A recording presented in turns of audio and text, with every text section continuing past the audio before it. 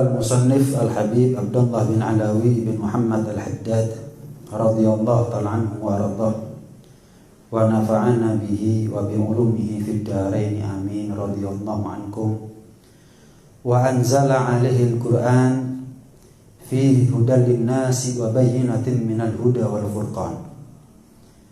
Al-Habib Abdullah bin Alawi bin Muhammad Al-Haddad melanjutkan kitabnya setelah beliau mengucap banyak bersyukur kepada Allah Subhanahu wa taala, yang mana Allah telah mengutus Nabi besar Nabi Muhammad sallallahu alaihi wasallam dengan kerisalahan beliau, dengan amanat yang beliau emban dari Allah. Terutuslah beliau kepada seluruh makhluk, baik dari bangsa manusia, bahkan beliau juga terutus untuk sekalian makhluk dari bangsa jin. Dan juga alhamdulillah, segala puji bagi Allah, betul-betul kita banyak bersyukur kepada Allah Subhanahu wa taala, yang mana Allah telah menurunkan kepada Nabi Muhammad Al-Qur'an, yang mana di dalam Al-Qur'an ini terdapat petunjuk, terdapat pedoman, hudan lil muttaqin, petunjuk bagi orang yang bertakwa kepada Allah Subhanahu wa taala. Ya, kita kalau beli mobil ada buku petunjuknya. Kita beli barang elektronik juga ada buku petunjuknya. Bagaimana mungkin Allah tidak menyediakan bagi kita buku petunjuk untuk bisa sampai kepada surga, untuk bisa selamat dari neraka, untuk bisa menjadi manusia yang manfaat, manusia yang baik, manusia yang soleh selama hidupnya di atas dunia. Bagaimana mungkin Allah sediakan itu semuanya? Hudan lil muttaqin.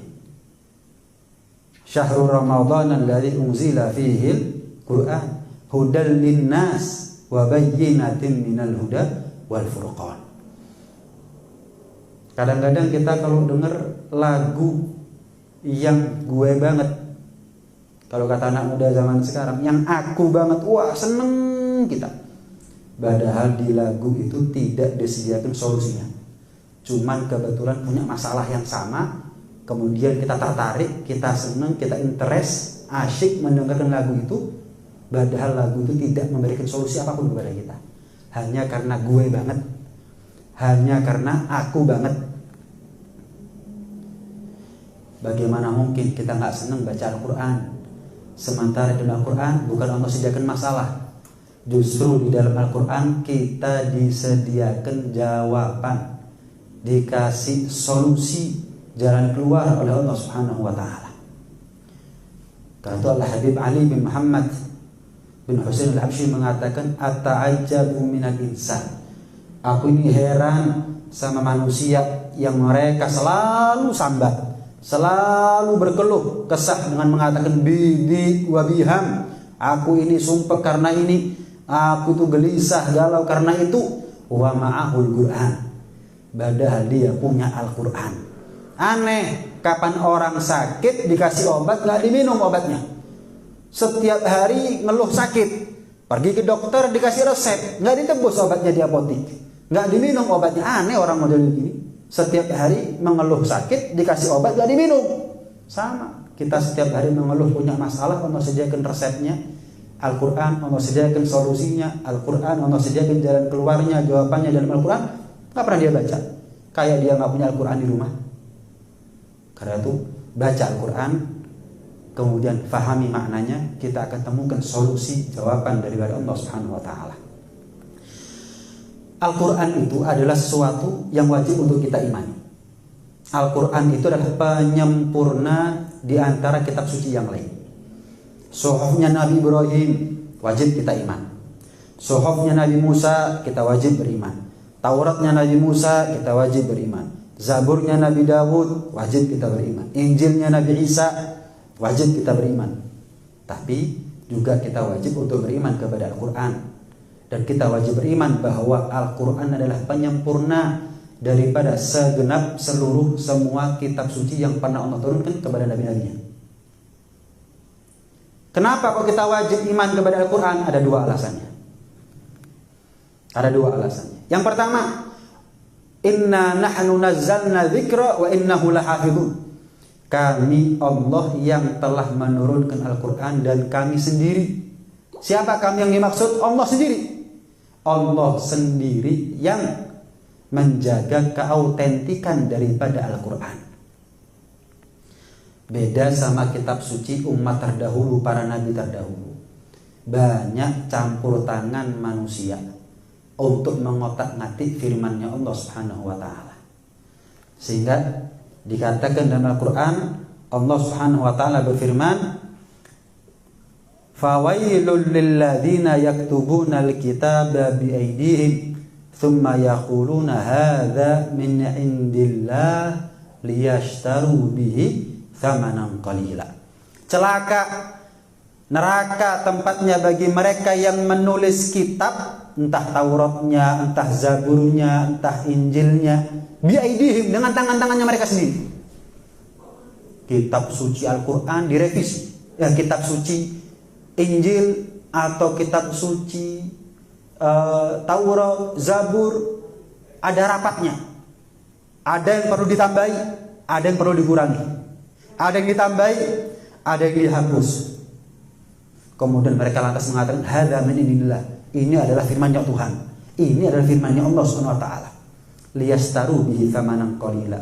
Mereka melakukan itu semuanya hanya dalam rangka untuk menjual agamanya dengan harga yang murah. Agar dihormati sebagai tokoh agamanya yang diberi seolah-olah amanat oleh Tuhan, oleh Allah Subhanahu wa taala katanya, untuk bisa merubah atau mengotak-ngatik, merevisi daripada kitab suci. Al-Quran nggak begitu. Sehebat-hebatnya ulama, sedalam-dalamnya ilmu para ulama, seluas-luasnya ilmu para ulama, nggak pernah kami itu ada rapat membahas untuk merevisi Al-Quran. Nggak ada. Kapan pernah dengar dengan habaib kiai kumpul? Apa yang dibahas? Merevisi Al-Quran. Muktamar dalam rangka revisi Al-Quran. Nggak ada. Oh, yang mana yang nggak pantas dihapus, yang mana yang nggak relevan dihapus. Oh, yang mana yang nggak ada ditambahin. Enggak. Semua ada di dalam Al-Quran, nggak perlu direvisi. Semuanya relevan, berlaku sepanjang zaman itu Al-Quran, nggak perlu direvisi. Makanya nggak ada rapat. Itulah dikatakan bahwa Al-Quran adalah penyempurna daripada kitab suci terdahulu. Sempurna sudah. Al-yauma akmaltu lakum dinakum wa atmamtu alaikum ni'mati wa raditu lakumul Islam dinan. Sudah sempurna ini agama, nggak perlu direvisi. Dan Allah jaga keautentikan Al-Quran dengan bahasa Arab. Bukan nggak ada hikmahnya. Kenapa Allah pilih bahasa Al-Quran adalah bahasa Arab? Bukan nggak ada hikmahnya. Pertama, hikmah kenapa Allah pilih bahasa Arab? Karena Nabi Muhammad SAW adalah orang Arab. Kan nggak mungkin nabinya orang Arab, bahasanya bahasa Indonesia, bahasanya bahasa Amerika, bahasanya bahasa Jepang, bahasanya bahasa Cina. Ini nggak mungkin. Dakwah pertama kali menebarkan ajaran Islam kepada kaum Arab, tapi bahasanya bukan bahasa Arab. Gimana caranya mereka beriman? Ini yang pertama.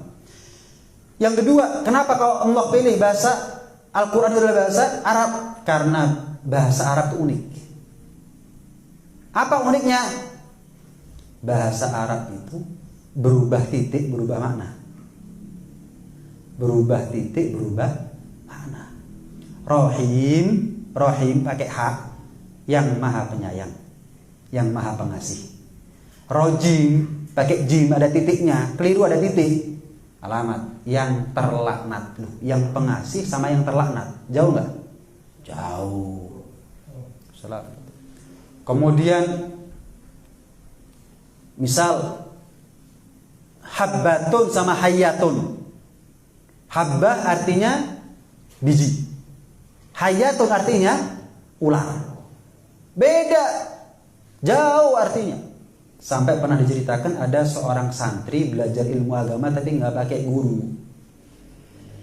Belajar ilmu agama tapi nggak pakai ustadz. Kita belajar apapun silahkan otodidak, kecuali ilmu agama jangan otodidak. Orang yang belajar ilmu agama otodidak seolah-olah dia cari surga dengan jalannya sendiri. Apa? Nabi sudah ngasih jalannya, mau cari jalan sendiri. Gimana caranya? Ulama sudah kasih jalannya, kita mau cari jalan sendiri. Aku tak golek surga dewi. Gak ketemu. Paling selamat, paling aman ikuti jalannya Nabi, ikuti jalannya habaib, ulama, sahabat. Selesai. Kenapa? Itu jalan yang pasti selamat. Belajar ilmu, apapun ilmunya, otodidak silahkan. Tapi belajar ilmu agama otodidak, wah bahaya. Jadi dokter aja nggak bisa otodidak. Kenapa? Keselamatan nyawa dipertaruhkan. Mau belajar ilmu agama, otodidak, keselamatan akhirat nasibnya kita yang dipertaruhkan, nggak bisa. Walhasil santri ini belajar ilmu agama tapi otodidak. Mentang-mentang dia orang Arab, baca bahasa Arab, bukunya bahasa Arab, nggak pakai belajar kepada guru, nggak pakai nyantri kepada seorang ustadz, dibaca sampai kepada hadis Rasulullah SAW. Yang bunyinya apa? Dalam kitab itu Al-Hayyatus Sauda dawa min kulli da. Ular hitam itu obat segala penyakit. Obat segala penyakit adalah ular hitam. Keliru. Kebetulan ada keluarganya yang sakit, dicari ular warna hitam. Akhirnya darahnya, empedunya dikasih, bukan tambah sembuh, mati orangnya. Kadung kasep bingung, tanya sama ulama. Orang sekarang begitu, kadung baru takut. Bukan seharusnya tanya dulu bagaimana, enggak, kadung baru takut. Ini juga begitu. Lah kok mati? Lah hadisnya Nabi masuk salah. Ular hitam obat segala penyakit. Lah kok malah mati? Baru tanya sama ulama, gimana nih? Enggak pernah dengar kata si ulama. Hayyatus Sauda dawa min kulli da, enggak pernah dengar. Lu bener di kitab ada ini. Mana kitabnya? Lihat. Dibersihkan. Ini bukan ya, ini ba. Titiknya kelebihan satu. Mbok nek rusuh apa karo. Kok bisa titiknya ada dua, ini gimana ceritanya saya nggak tahu. Paham ya? Ini habbatus sauda, jinten hitam. Itu obat segala penyakit, bukan ular hitam. Ini bahayanya nyantri nggak pakai guru ya begini nih. Nyantri nggak pakai guru, bahayanya begini baru di dunia. Gimana nasibnya dia di akhirat? Bisa sesat dia tanpa sadar. Waliyadzubillah min dzalik. Bahasa Arab bahasa yang unik, berupa titik, berupa makna, berupa panjang hurufnya beda. Kalau bahasa Indonesia atau bahasa apapun, panjang hurufnya nggak berubah makna. Saya, bodoh, aku, ulo. Tapi kalau dalam bahasa Arab beda panjang pendeknya huruf, berbeda makna. Kola berkata, kola menggoreng, kola sedikit, kotoa memotong, kotoa mencincang. Beda nggak? Beda. Bahasa Arab itu beda. Jadi kalau ada orang niat memalsukan Al-Quran, ketemuan. Niat memalsukan Al-Quran, ketemuan. Kenapa? Berubah titik, berubah harokat, berubah panjang pendeknya huruf, berubah. Maka nggak bisa. Nggak bisa. Injil misalkan ya. Injil itu saya pribadi belum pernah tahu Injil dengan bahasa asli Ibrani. Saya nggak pernah tahu bahasa Injil itu seharusnya Ibrani. Tapi kenapa yang ada hanya terjemahannya tok? Itu terjemahan dari mana? Terjemahan itu ada sumbernya. Sumbernya di mana? Bahasa Ibrani kok nggak ada. Beda sama kita, Pak. Bu, baca Al-Quran. Orang Jepang baca Al-Quran di bahasa Arab. Orang Amerika baca Al-Quran di bahasa Arab. Orang Indonesia, orang manapun baca Al-Quran dia bahasanya Arab. Jadi susah untuk ditipu, susah untuk dimanipulasi atau susah untuk dipalsu. Kenapa? Semua orang di mana-mana orang kalau baca Al-Quran baca Arab, bahasa Arab. Kemudian Allah berikan kelebihan kepada Al-Quran walaupun nggak ngerti gampang dihafal. Walaupun nggak ngerti gampang dihafalkan. Kita ini Yasin aja, saking seringnya baca, hafal-hafal dewi. Gak usah saking gampangnya. Saya mau tanya, kita lebih ngerti mana? Bahasa Indonesia atau bahasa Arab? Kita lebih ngerti mana? Bahasa Indonesia atau bahasa Arab? Bahasa Indonesia. Cuman lebih gampang mana? Ngapalkan artinya Fatihah sama bahasa Arabnya Fatihah. Ayo. Mulai bismillah sampai waladhdallin. Gampang nggak dihafalkan? Gampang. Tapi ngafalno artinya. Lu kok iso? Loh kita ini lebih ngerti bahasa Indonesia kok. Anda baca koran bahasa Inggris, nyenengan hafalkan sak paragraf ya? Berat. Fatihah sak lembar. Hafal, padahal nggak ngerti arti ini kadang-kadang. Loh kok bisa? Ajaib Al-Quran ini. Karena banyak jutaan manusia mulai kecil sampai tua yang hafal Quran. Jadi kalau ada orang niat ganti Al-Quran, menipu Al-Quran, memalsukan Al-Quran, memanipulasi Al-Quran, yuk ketemon. Apal. Saya mau tanya yang hafal Injil siapa? Yang hafal Taurat, yang hafal Zabur siapa? Nggak ada. Saking hebatnya Al-Quran, kadang-kadang pastor hafal Quran. Lihat. Ini tanda bahwa Al-Quran ini memang punya kelebihan. Kenapa kok kita wajib beriman kepada Al-Quran? Karena Allah jaga keautentikan, keaslian daripada Al-Quran. Dan Allah sendiri dengan firman-Nya yang menjamin itu. Inna nahnu nazzalna dzikra wa inna lahu lahafidun. Aku Allah yang menjaga keautentikan Al-Quran. Nah, kalau sudah Allah yang bilang, masa kita nggak percaya? Kalau sudah Allah yang berfirman, masa kita ragu? Allah yang menurunkan Al-Quran dan Allah sendiri yang menjamin. Terus kita ragu? Enggak dong. Saya mau tanya, ada nggak yang bisa mengalahkan kekuasaannya Allah? Apakah ada sesuatu makhluk yang bisa mengalahkan karepnya Allah, kehendaknya Allah? Kalau sudah Allah berkehendak untuk menjaga keaslian Al-Quran, maka itulah yang terjadi. Al-Quran sampai kapanpun pasti asli. Sehebat apapun kita untuk merubah-rubah Al-Quran, nggak bakal sanggup. Nggak bakal mampu. Mulai dari zamannya Nabi sampai nanti kiamat, nggak bakal ada orang bisa menipu Al-Quran, memalsukan Al-Quran, memanipulasi Al-Quran. Kenapa? Allah yang jaga. Nggak ada kekuatan yang bisa mengalahkan kekuatannya Allah Subhanahu Wa Taala. Nggak ada karepnya manusia yang bisa mengalahkan karepnya Allah, kehendak keinginannya Allah Subhanahu Wa Taala. Ini yang pertama. Kita wajib iman sama Al-Quran karena Al-Quran dijaga keautentikannya oleh Allah dengan cara-caranya Allah tadi itu. Yang kedua, kita wajib iman kepada Al-Quran. Kenapa sih?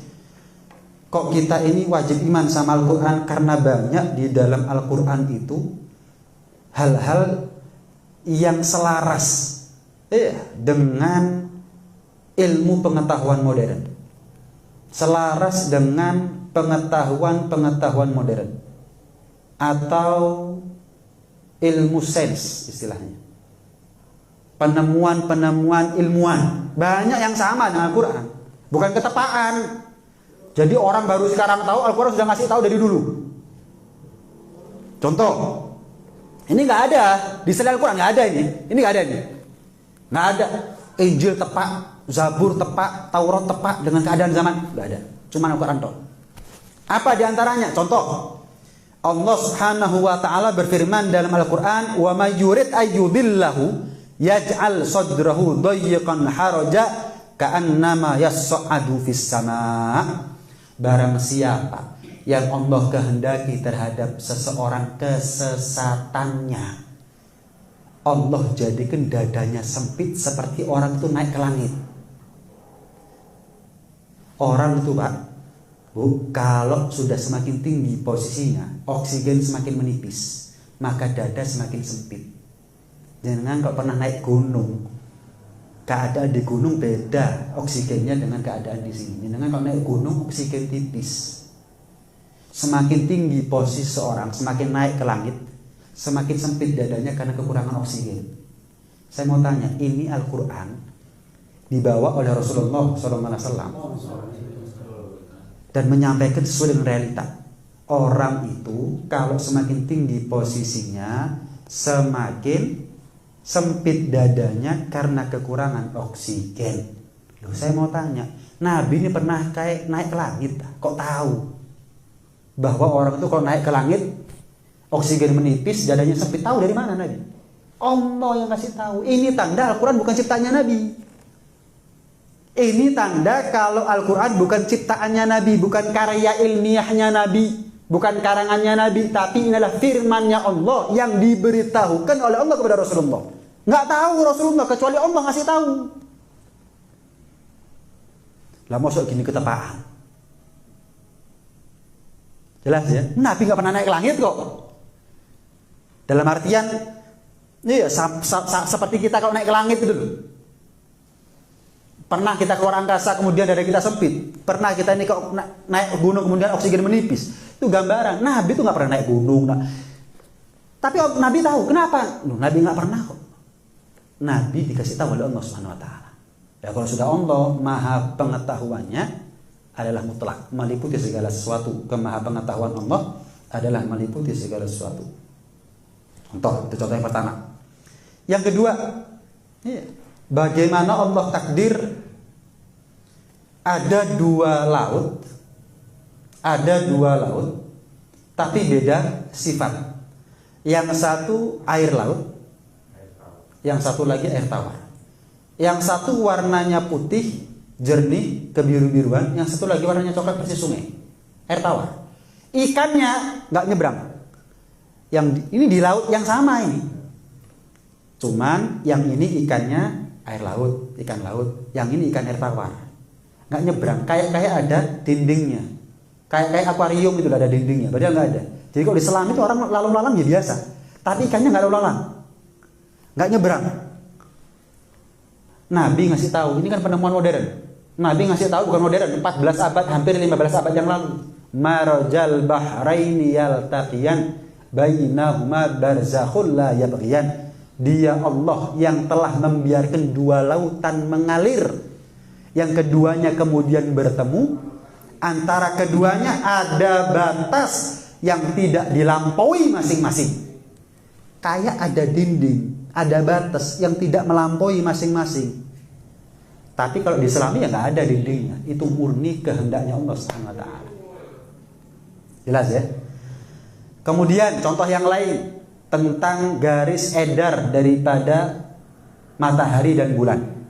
Wasyamsu tajri limustaqarrin laha dzalika taqdirul azizil alim. Dan matahari berjalan di tempat peredarannya. Saya mau tanya, Nabi ini ahli astronomi. Kok tahu Nabi itu bahwa matahari itu punya garis edar, garis orbit? Kalau keliling dari satu posisi ke posisi semula, maka terbentuklah tahun 365 hari matahari itu mengelilingi medan orbitnya. Nabi tahu dari mana? Pernah ke matahari? Pernah naik pesawat ulang-alik?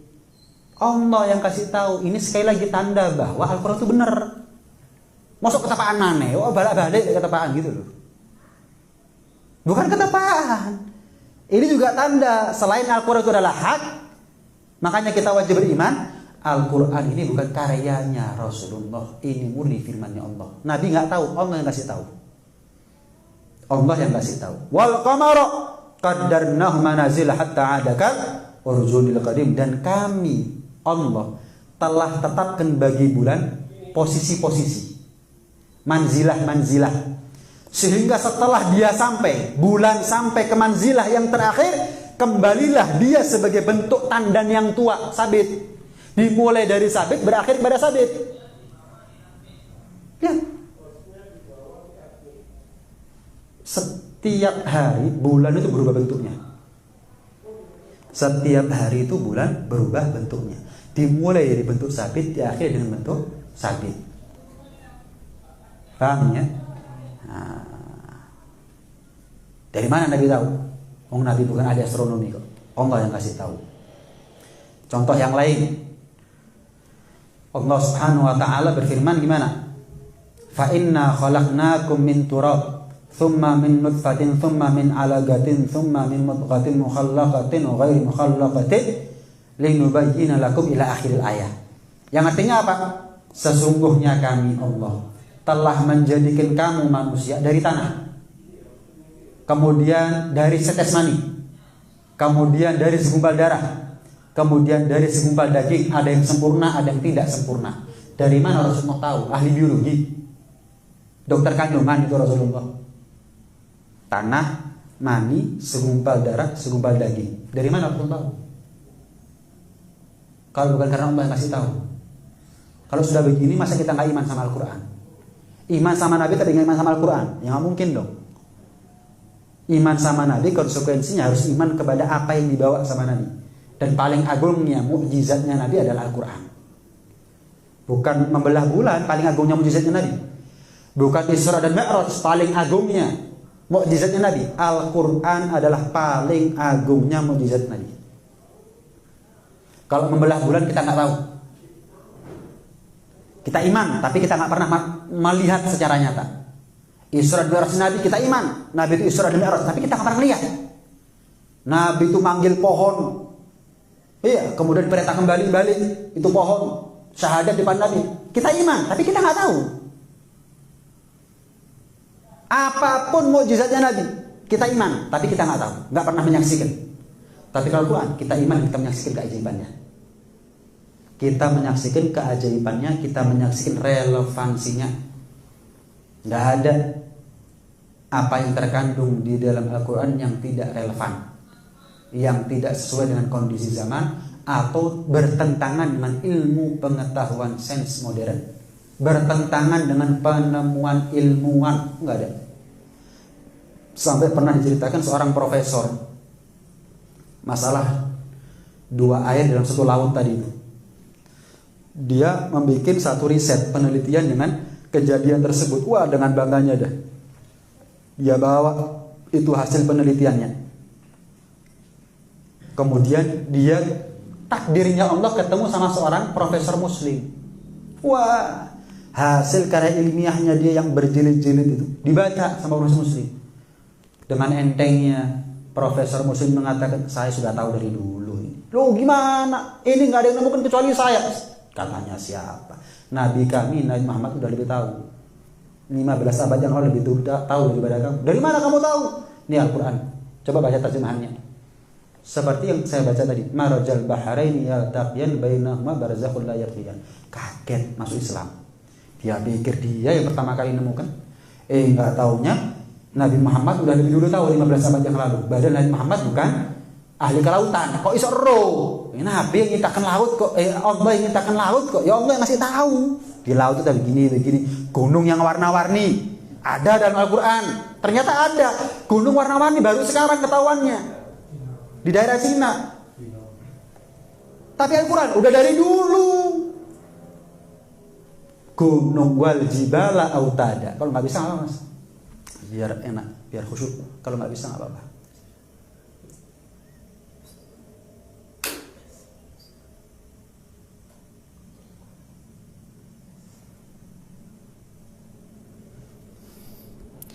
Wal jibala autada, dan gunung yang Allah jadikan sebagai pasak.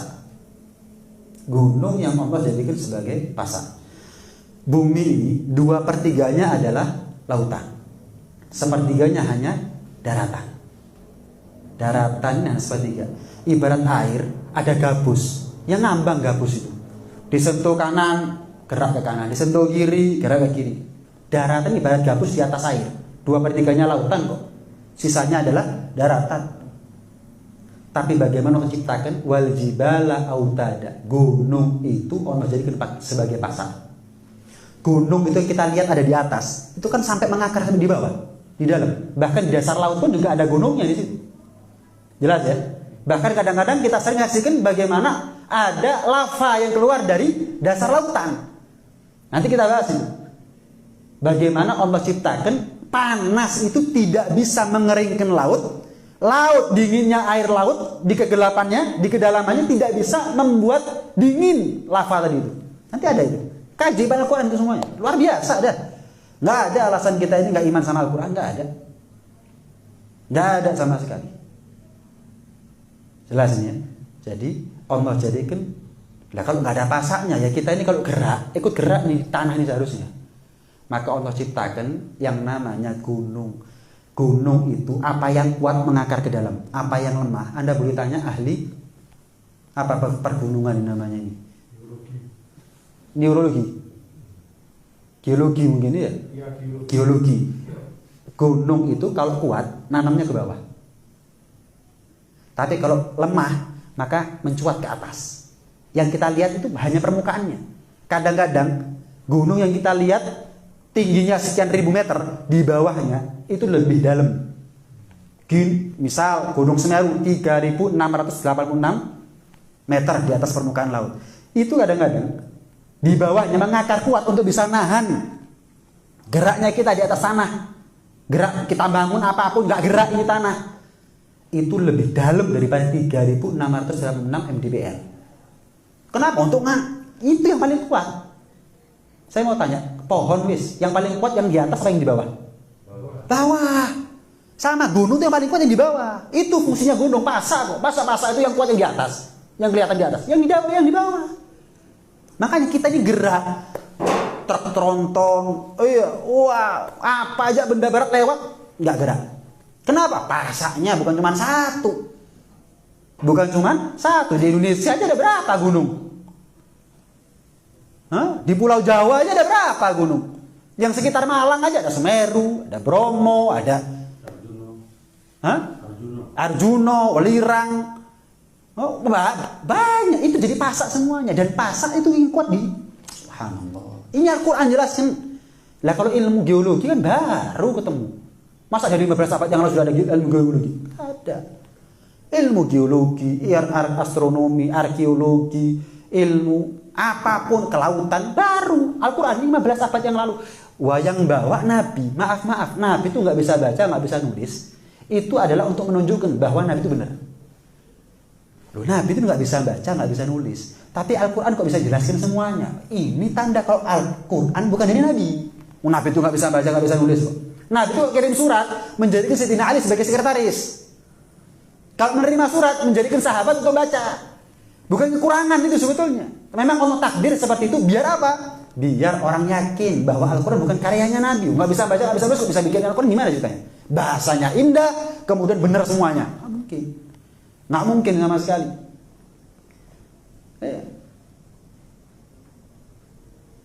Kemudian Allah berfirman, yakhluqukum fi butuni ummahatikum khalqan min ba'di khalqin fi dhulumatin thalath. Allah itu menciptakan kalian para manusia ada di dalam rahim ibu-ibu kalian semuanya, dan Dia menjadikan kamu dalam perut ibumu kejadian demi kejadian dalam 3 kegelapan. Baru abad 18-19 ditemukan bahwa dalam rahim seorang ibu itu ada 3 kegelapan. Ada yang namanya kegelapan perut, ada yang namanya kegelapan rahim, dan ada yang namanya kegelapan selaput penutup janin. Ini penemuan modern. Al-Quran sudah ngasih tahu 15 abad yang lalu. Kemudian ada api di dasar lautan. Allah berfirman bagaimana? Wal bahril masjur, yang artinya dan laut yang di dalam tanahnya ada api. Apinya panas, tapi sekalipun panas tidak bisa membuat kering laut. Air karena dalam laut dingin, tapi sekalipun dingin tidak bisa membuat padam api yang ada di dasar laut. Mungkin dengan bisa aja di YouTube itu. Ada dasar lautan, tapi kayak gunung dasar lautan itu keluar lavanya panas. Dalam satu penemuan dikatakan sampai 231 derajat Celcius di dalam laut dasar. Bayangkan, dingin ketemu panas, tapi beriringan. Seharusnya kan kalau dingin ketemu panas, satu di antara dua, mungkin panasnya yang kalah atau dinginnya yang kalah. Ini enggak. Di dalam dasar lautan ada lava, derajatnya 231 derajat Celcius. Oh, kok panas sih? Dinginnya gimana minusnya itu? Tapi enggak saling mengalahkan, berjalan beriringan. Wal bahril masjur, dan di dalam lautan yang terdapat apinya. Kemudian bagian otak yang mengendalikan geraknya kita, yaitu ubun-ubun. Anda boleh tanya dokter bagian saraf, bagian ubun-ubun. La illam yantahi lanas'am bin nasiyah nasiyatin kadhibatin khati'ah. Apa nasiyah ubun-ubun? Ternyata untuk ngontrol yang namanya gerak-geriknya kita butuh sensor di kepala, di otak. Dan otak yang paling berfungsi untuk ngontrol sensornya kita adalah ubun-ubun. Panjang nih. Banyak ini sebetulnya. Wa anzalna al-hadida fihi ba'sun syadidu wa manafi'u linnas. Dan kami Allah menurunkan yang namanya besi sebagai kekuatan yang hebat dan mendatangkan berbagai manfaat kepada umat manusia. Ternyata baru ilmu modern, baru abad kesekian ditemukan bahwa besi itu nggak mungkin dari bumi. Besi itu dari asteroid, benda langit. Persis dengan ucapannya Allah, firmannya Allah. Wa anzalna al-hadid. Kami Allah turunkan, namanya turun itu bukan dari bawah ke atas, dari atas ke bawah. Dan kami turunkan yang namanya besi. Persis.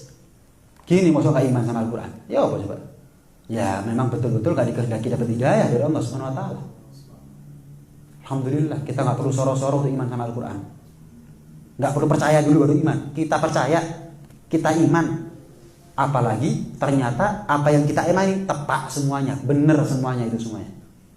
Subhanallah. Kemudian ada lagi, bagaimana Allah berfirman dalam Al-Quran, "Au kadulumatin fi bahri lujji yakhshahu mawjun min fawqihi sahab," atau seperti gelap gulita di lautan yang dalam yang diliputi oleh ombak, yang di atasnya ombak ada langit, ada awan, yang di atasnya awan, gelap gulita bertindih-tindih. Panjang ayatnya. Yang intinya di sini dikatakan bahwa manusia itu nggak mampu menyelam di bawah kedalaman, di atas kedalaman 40 meter. Nggak mampu kecuali pakai alat yang khusus. Kita kalau nyelam kedalaman 40 meter lebih, mau nggak mau harus ada alat khusus. Kemudian kalau sudah sampai kita kepada batasan 200 meter, hampir nggak ada cahaya sama sekali. Tapi kalau sudah di atas 1000 meter, kedalaman kita menyelam di atas 1000 meter, nggak mungkin tadi ya. Misalkan itu sama sekali nggak ada cahaya. Persis dengan firman-Nya Allah tadi. Au kadulumatin fi bahri lujji, atau seperti gelap gulita di lautan yang dalam. Kapan orang itu pernah sampai tahu? Dengan cara apa orang dulu bisa tahu bahwa ada lapisan-lapisan yang gelap, yang satu lebih gelap daripada gelap yang di atasnya, gelap yang di bawahnya lebih gelap dari mana? Rasulullah tahu. Oh, nggak kasih tahu orang yang di laut. Ini kan penemuan modern. Oh, 40 meter orang itu kalau nyelam butuh alat khusus. Kalau 200 meter hampir nggak ada cahaya. Kalau sudah 1000 meter pasti nggak ada cahaya di situ sudah. Nggak tembus cahayanya matahari. Nggak mungkin sudah. 1000 meter lebih 1 kilo nggak mungkin. Dari mana tahu? Ini gambaran bahwa Al-Quran adalah sesuatu yang hak. Nah, Albert Einstein menemukan teori relativitas waktu. Jadi ilmu pengetahuan modern yang didapati oleh Albert Einstein bahwa waktu itu bisa panjang, waktu itu bisa pendek. Seperti kita sekarang. Yo kadang kroso dawa, yo kadang kroso ndek, kadang cepat, kadang lama.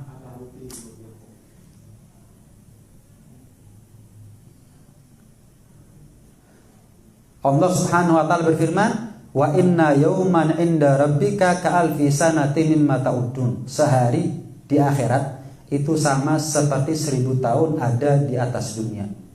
Sehari di akhirat sama dengan 1000 tahun. Itu kan namanya memanjang. Ini kan namanya teori relativitas waktu, relatif, fleksibel. Ya ini kan sudah.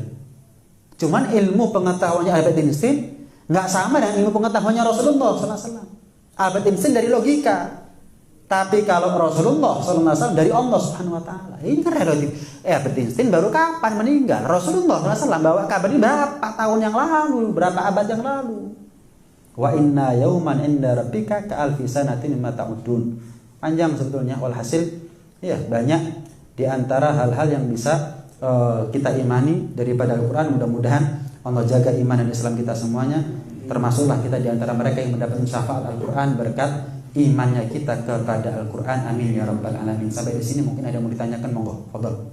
Kalau ada yang mau tanya, silakan.